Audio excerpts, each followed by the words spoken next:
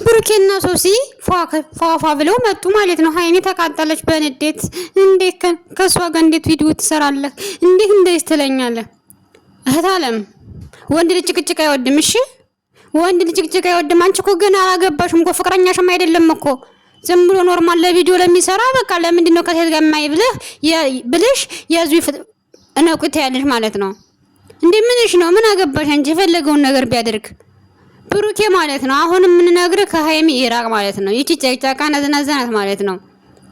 ህይወት ግን ነው የምታጨልምብህ። ጭራሽ ከወንዶች ጋር እያጣላች ነው። ብትጣላ ብትደባዳ የሆነ ነገር ብትወስድ እንትን ብትል አንተና እናት ናት የምትጎዱት እንጂ እሷ አትጎዳም። እሷ ማለት ዘጠኝ ባዳና አንዱን ታገባለች ማለት ነው።